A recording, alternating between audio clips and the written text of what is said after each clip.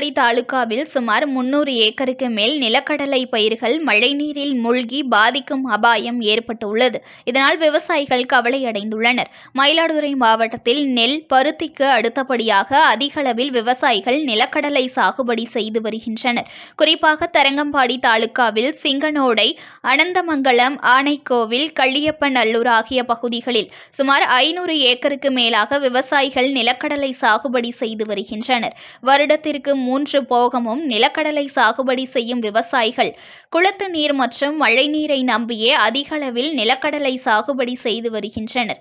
இந்நிலையில் தரங்கம்பாடி தாலுகாவில் பருவம் தவறி பெய்த கனமழையின் காரணமாக கள்ளியப்பநல்லூர் சுற்றுவட்டார பகுதிகளில் 300 ஏக்கருக்கு மேலான நிலக்கடலை பயிர்களில் மழைநீர் சூழ்ந்துள்ளது.